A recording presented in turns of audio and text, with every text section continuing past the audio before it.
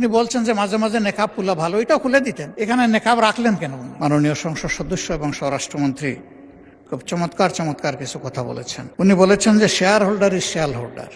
সে কিভাবে share holder হয়েছে এটা পরে দেখা যাবে। এটা পরে কেন? এটা তো আগেই এক্সপোজ হয়ে গেছে।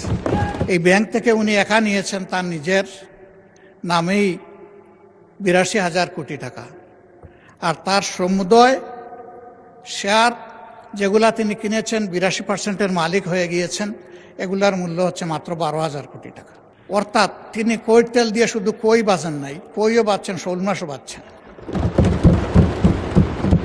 একটা মাত্র ব্যাংক, যে ব্যাংক তারল্য ট্রেডিশন ব্যাক করে কোনো পরীক্ষা ছাড়াই তাদেরকে নিয়োগ দেওয়া হয়েছে।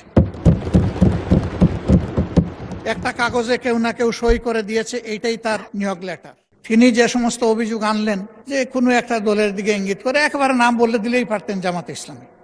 তিনি বলছেন যে মাঝে মাঝে নেকাব খুলা ভালো, এটাও খুলে দিতেন, এখানে নেকাব রাখলেন কেন? যে এখান থেকে ৭০০ টাকার একটা কি জানি ৭০০ কোটি টাকার লোন কে নিয়েছে, এইটা কোনো একটা দলের নির্বাচনী ফান্ডে ফান্ডিং করা হয়েছে।